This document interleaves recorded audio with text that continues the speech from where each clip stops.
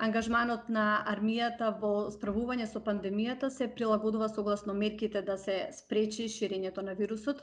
Веќе има најави за олеснување на дел од рестрикциите. Ке значи ли тоа промена и во вклученоста на армијата?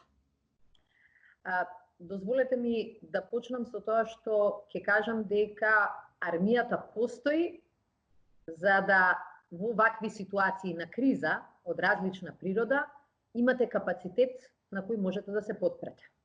И се види дека ако инвестирате во добра армија, ако инвестирате во обучени и дисциплинирани луѓе, дека ќе имате резултат тогаш кога ќе ви затреба на нив да се потпрете. Обезбедивме полицијата голем дел од своите припадници да си ги активира и мобилизира во градовите, во справување со епидемијата, и тоа ослободи навистина поголем капацитет за МВР. Вториот чекор беше ангажирање на припадници на армијата во чување на витални објекти. И ова се тие ретки ситуации кога пред влада, пред собрание ќе видите припадник на армијата, а не припадник на полицијата. Но голем акцент беше и на затворите, токму поради безбедносни причини, и при обезбедување на карантинските точки. И со се во ова и дадовме шанса на полицијата многу повеќе да се фокусира на јавен ред и мир. Она што беше по-специфично е што армијата, мислам дека излезе во пресрет на многу барања на општините, например за дезинфекција. И до израз дојдоа капацитетите за антибиолошко и хемиска акција, кои што армијата ги има, ги обезбедувала како дел од нашите напори да се зачлениме во НАТО, и сега тие капацитети ги активиравме во Дебар, во Кичево, во Куманово, во Прилеп, во повеќе општини. Со намалувањето на рестрикциите, мислам дека функциите нема да се менуваат, но ќе се менуваат можеби приоритетите. Владата донесе одлука после анализи, после споредба на други искуства, да ги намалуваме рестрикциите на движење, така наречените цврсти мерки, рестриктивни мерки, да ги олабавуваме, но да ги заоструваме меките мерки. Тие значат почитување на оние основни правила: 2 метри дистанца, не групирање, носење на заштитна опрема за устата и за носот. Значи, ако до сега имавме мобилни екипи за полициски час, полиција армија, сега можете да имате одредени патроли со кои што се стимулираат граѓаните да ги почитуваат мерките, повторно помеѓу полицијата и армијата. Не очекувам во овој прв круг на релаксација промена на функциите на армијата. Би можела ли пандемијата да ја промени улогата на армијата во иднина во однос на искористеност на армиските капацитети? Ова е интересна тема која веќе се дискутираше и на НАТО состанокот на министрите за одбрана. НАТО многу сериозно во изминатиот период ја развиваше онаа цивилна компонента на катастрофи, природни непогоди, каде што армиите стекнуваа нови знаења како да се справуваат во такви ситуации.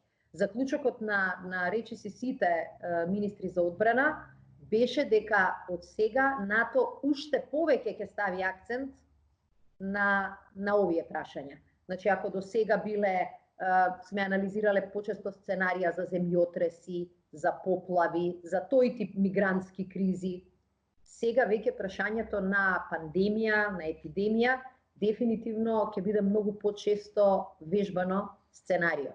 Државата доби помош за справување со кризата преку механизмите на НАТО и на Европската унија од 13 држави, меѓу кои САД. Има ли најави за нова помош и колку пријателствата се покажаа важни во оваа криза? Ние многу брзо го активиравме НАТО инструментот, со кој што побаравме некои работи кои не се произведуваат кај нас, кои ги нема на пазарот.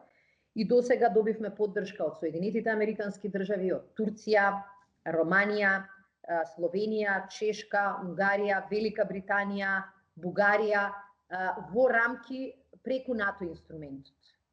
Мислам дека особено некои од овие помошти беа многу важни, бидејќи брзо ни беа ставени на располагање.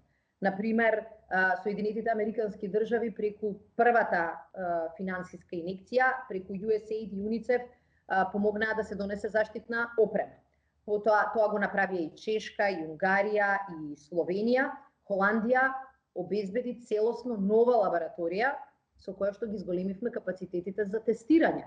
Еден од важните инструменти во битка против пандемијата и се разбира дека ова паралелно со почетокот на преговори со Европската Унија ни отвори врата за многу поголема и многу посуштинска помош. НАТО најави помош и во справување со хибридните закани преку евентуално формирање тим кој ќе помогне да се подготват медиумите да ги одвраќаат ваквите кампањи.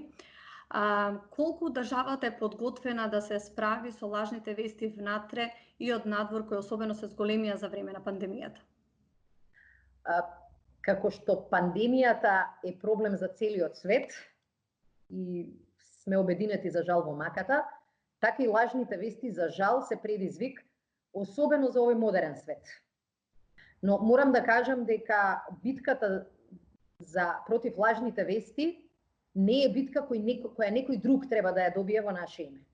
Мислам дека треба да ќе бараме помош, мислам дека сите имаме солидарност едни меѓу други, но таа пред се зависи од домашните капацитети. И покрај огромниот број на лажни вести, со кои луѓето се плашеа, со кои еден дел од луѓето се релаксираат, дека нема пандемија, дека нема опасност, дека некој го создал проблемот, ние се справувавме не со казни, туку се справувавме со постојано и конзистентно зборување на вистина, транспарентност со податоците и отвореност кон јавноста.